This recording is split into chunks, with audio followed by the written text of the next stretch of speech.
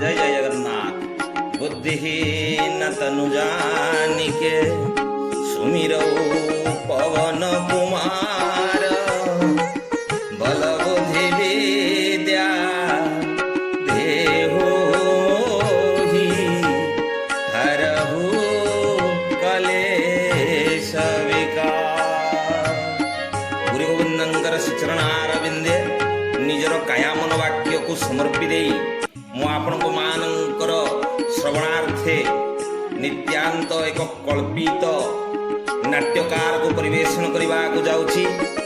आपण माने ध्यान पूर्वक ये समस्त को श्रवण करवा हुंतु। जगन्नाथंकर अशेष करुणा को अशेष कृपा को निज मध्य सन्निग्ध करवा हुंतु। जगतरनाथ श्री जगन्नाथ वर्तमान रथ प्रस्तुत पथ प्रस्तुत भक्तगण प्रस्तुत। प्रभु अनेक दिन हेला जरे पीड़ित थाई भक्त मान को न देखी अनेक दुख प्रकाश करिछन। आज नवयौवन दर्शन रे प्रभु लक्ष लक्ष भक्त मान को निजर स्वनेत्र को दर्शन दे एवं ये भक्त माने निज को कृतार्थ मन करिवे। प्रभु अनेक दिन हेला भक्त समागम को न देखी निज को निज बहुत अनेक दुखित लाभ करिथि। ये दुखरु आज निज को समर्पी देवा पाई भक्त मान को आवेग सहकार डाकिचंदी। आसरे आस भक्तगण, हे मोर सेवक गण, हे मोर दासत्व गण, हे मोर कृपानिधि भक्तगण, तुम आस आस आस आस मोर से नवयौवन दर्शन को दर्शन कर। आओ ये नवयौवन दर्शन रे ता परदिन भगवान श्रीगुंडीचा यात्रा को विजय करिवे। एकदा बड़दाण्ड, जन्मवेदी, रत्नवेदी ये तीन जन जाक जाइथिले गाधेवा पाई। कोठिकी मार्केंडेश्वर पोखरी एका तुठरे गाधौथिले। माँ बाबा माने मो कथा को गुरुत्व नेबेनी। ये आपण मानक भाषा रे मु कहवा को जाउछि जेहेतु आपण मानकर बुझवा को सुविधा लाभ हो। ये तीन जन जाक गोटिए पोखरी गोटिए तुठरे गाधौथिले। रत्नवेदी आज बड़दाण्ड को कहूची, रे रे बड़दाण्ड बड़दाण्ड बड़दाण्ड टिके घुची घुची घुची घुची गाधवा। तो गाधवा पाई मो ऊपर जीवन न पड़े। मु हेउची जगतरनाथ जगन्नाथंकर अनेक दिनर सेविका। जन्म जन्म कल्प कल्प वर्ष वर्ष मास मास दिन दिन धरी मु तांकर सेवा करूची। तू छार पामर मो पाखरे आसी गाधौचु, लज्जा निवेशित हेवा को लागिव। बड़दाण्ड दुखित होई कहिले, हे भौणी, हे रत्नवेदी, मु कि पाप कली तुमर? ना रे तू पाप करिनु। तोर गाधुआ पानी पड़िले मु अछूत हेबी, प्रभुंकर सेवा कार्य लगी पारिबिनी।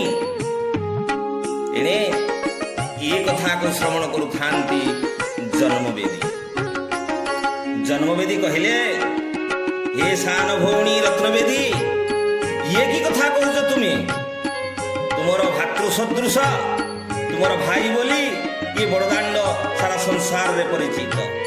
तुम आज एपरी कटुवाक्य कही कहीं मन को दुख देउछ, कहीं मन रे कष्ट देउछ?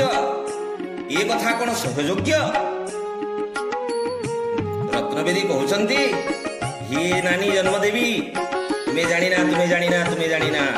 ये कुतार्थ मोर, ये भाग्य मोर, मु प्रभुंकर श्रीअंग लागी सेवक। प्रभु नित्य दिन मो उपरे विराजित हुअन्ति। आओ सेथिपाई मु आनंदित, एथिरे तिले मात्र संदेह नाही। ये कथा को सुनी बड़दाण्ड भाईना निजर मन को दुखित करी गाधुआ पाधुआ सारी निजर शौच कर्म सारी फेरी आसुचंती। फेरी आसी बड़दाण्ड रे सिंह द्वार सामने अरुण स्तंभ उपरे अरुणदेव बसिचंती। आपण माने समस्त लक्ष्य करिथिबे। तांकरी तल पाखरे रही निकटवर्ती होई दुई हस्त मुद्रा जोड़ी देई बड़दाण्ड आज प्रभु को न्याय मागुछंती सिंह द्वार पाखरे रही। कि प्रभु मोर की दोष करिछि, केउ जन्मर केउ पाप करिछि, मते आज रत्नवेदी नानी ये प्रकार कथा कहिले। धार धार दुई नेत्ररु अश्रंजलि विगलित करिछन्ति। ये कथा को और स्तंभर थिबा ଏବ ଶୁଣିଲେ। ବଡ଼ଦାଣ୍ଡକୁ ପଚାରୁଛନ୍ତି, ଭାଇନା ବଡ଼ଦାଣ୍ଡ, ଆଜି ଇଏ କ'ଣ ଦୃଶ୍ୟ? ଇଏ ସଦାବେଳେ ହସ ହସ ମୁଖ, ତା ଆଖିରେ ଆଜି ଅଶ୍ରୁ। ସମସ୍ତ କଥା କହିଛନ୍ତି ଆଜି। ହେ ଅରୁଣ ଭାଇନା, କି କଥା କହିବି, କୋଉ କଥାକୁ ଆପଣଙ୍କୁ ଶ୍ରବଣ ଦେବି? ଆଜି ସକାଳ ପ୍ରହରୁ ମୁଁ ଗାଧୋଇବା ପାଇଁ ଯାଇଥିଲି ମାର୍କଣ୍ଡେଶ୍ୱର ପୋଖରୀକୁ। ଜନ୍ମବେଦୀ ନାନୀ ସେ ପୋଖରୀରେ ତୁଠରେ ଗାଧୋଉଥିଲେ। ଆଉ ସେ ଅନେକ ପ୍ରକାର ଲାଞ୍ଛନା ମୋତେ ଦେଲେ, ଅନେକ ପ୍ରକାର କଥା ମୋତେ କହିଲେ। ସେ ସବୁ ଦୁଃଖକୁ ମୁଁ ଆଉ ସହ୍ୟ କରିପାରୁନି।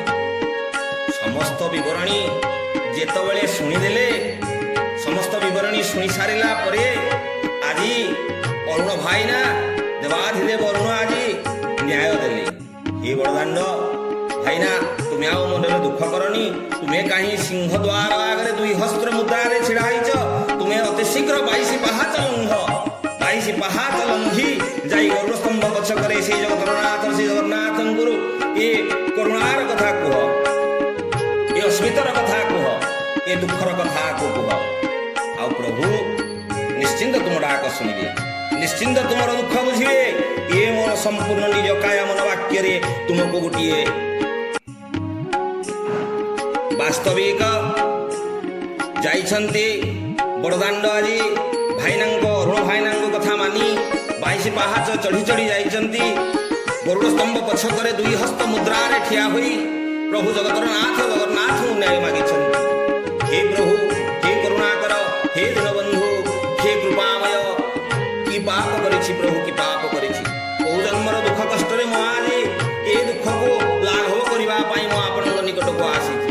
ପ୍ରଭୁ, ହେ କରୁଣାମୟ, ହେ ଦୀନବନ୍ଧୁ, ମୋର ଦୁଃଖକୁ ଆଜି ଦୂରୀଭୂତ କର। ଅନେକ ସ୍ତୁତି କରି, ଅନେକ ଚିନ୍ତନ କରି ପ୍ରଭୁଙ୍କ ଆଗରେ ଭକ୍ତ ଆଜି କାନ୍ଦୁଛି। ଭକ୍ତ ଆଜି କାନ୍ଦି କାନ୍ଦି ନିଜର ସମସ୍ତ ପ୍ରକାର ବିବରଣୀ ଦେଇଛି। ପ୍ରଭୁ ସାନ୍ତ୍ୱନାମୂଳକ ଭାବରେ କହିଲେ, ହେ ବଡ଼ଦାଣ୍ଡ, ତୁମେ ଅଥୟ ହୁଅ ନାହିଁ, ଅସ୍ଥିର ହୁଅ ନାହିଁ, ଧୈର୍ଯ୍ୟ ଧର। କାୟ ମନ ବାକ୍ୟରେ ମୁଁ ଆଜି ତୁମକୁ ଏକ ନ୍ୟାୟ ଦେଉଛି। ଅପେକ୍ଷା କର ସେଇ ଗୁଣ୍ଡିଚା ଜାତକୁ। ସେ ଗୁଣ୍ଡିଚା ଜାତ ଦିନ ମୁଁ ଏଇ ରତ୍ନବେଦରୁ ଓହ୍ଲାଇ 7 ପାହାଚ ଦେଇ 22 ପାବଛ ଦେଇ ତୁମ ନିକଟରେ ନିଜକୁ ସମର୍ପି ଦେବି। ଆଉ ମୋର ନନ୍ଦିଘୋଷରେ ରଥ ତୁମ ଉପରେ ଗଡ଼ି ଗଡ଼ି ଯିବ, ଗଡ଼ି ଗଡ଼ି ଆସିବ। ଏ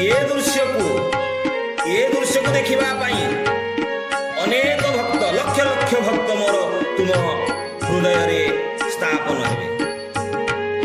ଆଉ ଯେତେବେଳେ ମୁଁ ବଡ଼ଦାଣ୍ଡରେ ନିଜକୁ ସମର୍ପି ଦେବି, ତୁମେ ସେତେବେଳେ ତୁମର ସବୁ ଦୁଃଖକୁ ଭୁଲିଯିବ, ଲାଘବ ହେଇଯିବ। ଆଜି ବଡ଼ଦାଣ୍ଡ ଯାହା କାନ୍ଦୁଥିଲେ, 2 ହସ୍ତରେ 2 ନେତ୍ରରୁ ଅଶ୍ରୁ ପୋଛିଦେଲେ, ନିଜକୁ ନିଜେ ଧନ୍ୟ ମନେ କଲେ। ହେ ପ୍ରଭୁ, ତୁମେ ମୋ ଡାକ ଶୁଣିଛ, ତୁମେ ମୋ ଡାକ ଶୁଣିଛ। ସେଦିନ ବି ଆସିକି ଉପସ୍ଥିତ ହେଲା। ଭଗବାନ ନିଜକୁ ନିଜେ ଆଜି ପ୍ରସ୍ତୁତ କରି ସାରିଛନ୍ତି ବଡ଼ଦାଣ୍ଡକୁ ବିଜେ ହେବେ ବୋଲି। ବଡ଼ଦାଣ୍ଡ ଅନେକ ଖୁସି, ନିଜର ହୃଦୟକୁ ବିସ୍ତାର କରିଦେଇଛନ୍ତି। ଡାକୁଛନ୍ତି, ହେ ଯୋଗୀ, ହେ ମୁନି, ହେ ପାପୀ, ହେ ତାପୀ, ହେ ତପୀ, କିଏ କୁଆଡ଼େ ଅଛ?